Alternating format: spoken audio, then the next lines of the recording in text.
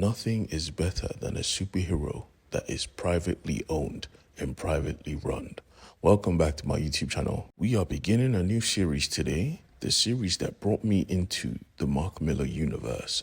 Personally, this is The Ambassadors. Sit back, relax, and get ready for a very wild, very gross ride. Our story begins in Mexico. We follow an individual running at great speeds straight into a town, and for some reason he stops at the entrance of a bar where someone was sweeping.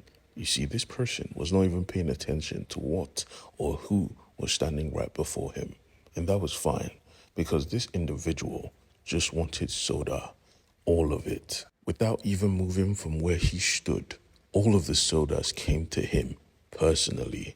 He was sitting on the floor drinking can after can. This is when we finally see who this individual was. It was a monkey.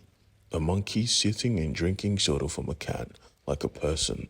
The shopkeeper was absolutely amazed. He wasn't even pissed off at his machine being broken. He just wanted to look at this monkey. Unbeknown to them, a truck was pulling up at high speeds, but the monkey wasn't even bothered. With the flick of his wrist, the truck was airborne. Even the driver was surprised. He wasn't even trying to flick the truck over. He held it in place like a freaking spotlight as he drank can after can of this soda. The shopkeeper was absolutely terrified. Like, what the hell is this? But suddenly, a man in a suit pulled up and said, "Don't worry about it. I will handle it." Looking directly at the monkey, he said, "Okay, you've had your fun. Now, it's time for you to come along with me. I have some Skittles here you might like, and your best album ready to be played at home." The monkey took his eyes off his soda and looked at this gentleman. With his eyes, he did a quick scan and realized that this was an agent he knew, and he must never be harmed. And he decided, okay, I'll come with you, grabbing the bag of Skittles and following this gentleman. Years in the future, in a place called Antarctica, a plane was being flown. You see, someone had discovered what they shouldn't have, an island that wasn't supposed to exist. As usual, nobody believed this individual until they saw it, a massive complex protected by a force field. He told them, you see, I am not crazy, I was right. But homie was not focused on his actual craft because he was crashing. On the island below, we see someone step up, like she knew this was going to happen. Very suspicious. We watched him dive headfirst into the icy ocean. Then all of a sudden, they wake up on a freighter heading to China. They were so confused, like, what the hell happened? All of them were alive, yes. They knew they crashed, yes, but they couldn't recall why, how, or where they crashed. It was odd.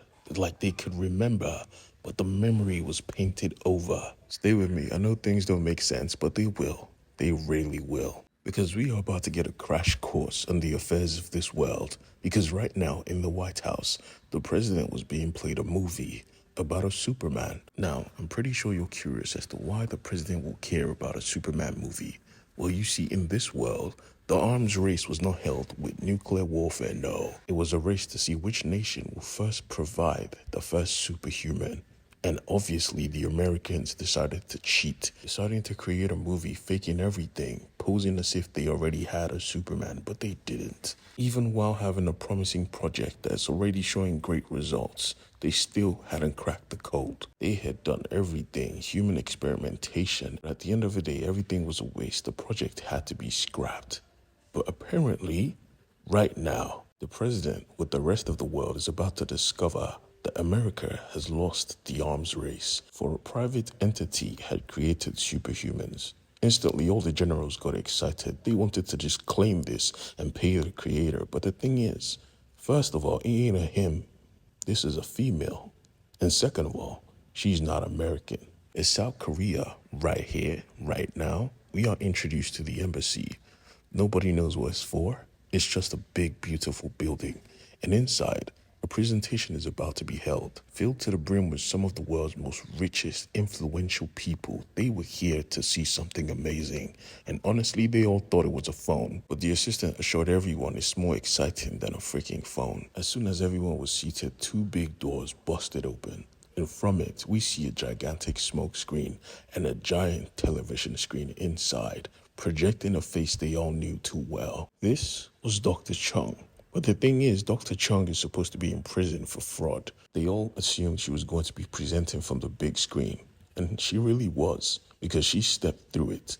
I mean, she flew and phased right through it. Everyone was terrified. Matter of fact, they were jumping out of their seats. They thought it was a horror show. But she laughed and said, everybody calm down, chill, go back to your seats. There is so much more to be amazed by. The movies were wrong, folks. Superheroes weren't birthed in New York or Gotham City. They came from Korea first. One of the reporters present just had to ask the question, ain't you meant to be in jail, miss? And she assured him, yes, I am in jail. Right now, this body is a new body I created for the express purpose of being a hero. My original body is currently still in the jail cell. By the time this conversation is done, I would have uploaded my consciousness into this new form. Myself and my husband tried to bring the idea of superhumans into reality years ago, but he failed and I succeeded. While Shorty was talking, we see the guards in the prison trying to head to her cells, but she continued on, giving thanks to her staff and making sure her husband knew that he was a failure. On live television, she shouted him out like, bruh, you see, I did it and you failed. And just before the guards could get to her cell, she blew up her old body's skull right there and then. They threw up because it was disgusting. And her husband saw all of this play out on live television and said to himself, damn, Chung, you drama queen. And she wasn't even done. She let the world know she wasn't greedy. I'm already a billionaire. So these abilities I will give to one person from every country. Today, I would like to announce the creation of the ambassadors. As long as you're good, as long as you're a hero deep down, I will find you and you will join my team. No money needed, no loyalties needed. Just be a good person. And this terrified the governments because what? How can one superhero not work for us? This is a nightmare. She was basically Willy Wonka but with superhero powers. But unbeknownst to the smartest female in the world, she failed to comprehend that right now there were already people in the world with abilities. Like in South Africa, this gentleman was trying to have his drink, but he was low-key being surrounded and he knew it. He said out loud, I know you're there, come out. And they all came out. He made all of them poop their pants. He turned their family jewels inside out and he blew up their skulls, leaving one person alive. And he simply told him, you're left alive simply to pay this bill, before putting on his hat and walking out of the bar. This book is about to go crazy. I promise you, we are going to have so much fun.